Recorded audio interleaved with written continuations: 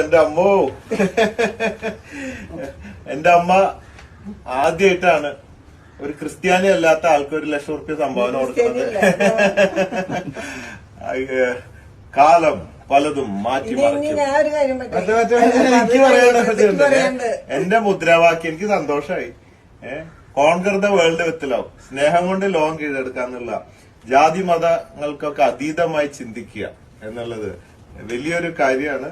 ഞാൻ വിചാരിച്ചേ ഈ യാത്രയിടയില് അമ്മ വിളിച്ചപ്പോ ചീത്ത പറയാനായിരിക്കും. കാരണം നേരത്തെ പറഞ്ഞ ഈ വെയിലത്ത് നീ ഇങ്ങനെ തെണ്ടി നടന്ന് തിരുവനന്തപുരത്ത് നിന്ന് കാസർഗോഡ് എത്തുമ്പോൾ നീ ചാവും, നിന്നെ രക്ഷിക്കാൻ വേറെ യാത്ര വെക്കേണ്ടി വരും എന്നൊക്കെ പറഞ്ഞിട്ട് വെച്ചായിരുന്നു.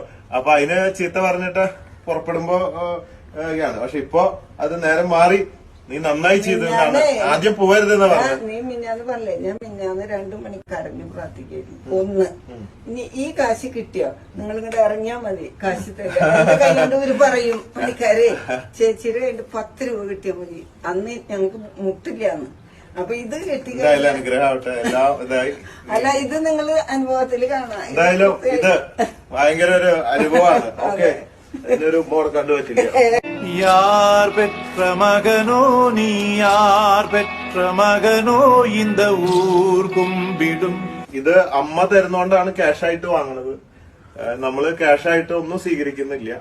ആദ്യത്തെ ദിവസം തിരുവനന്തപുരത്ത് മാത്രമാണ് ക്യാഷായിട്ട് സ്വീകരിച്ചു തുടങ്ങിയത്. പക്ഷെ ബോച്ചെ ഫാൻസ് എന്ന് പറഞ്ഞ കുറെ ഡ്യൂപ്ലിക്കേറ്റ് ഫാൻസ് പല സ്ഥലത്തും ബക്കറ്റ് പിരിവ് നടത്തി കാശ് അടിച്ചു മാറ്റണമെന്നുള്ള വിവരം കിട്ടിയതുകൊണ്ട് ഞങ്ങൾ ആ ദിവസം തന്നെ പിരിവ് നിർത്തി.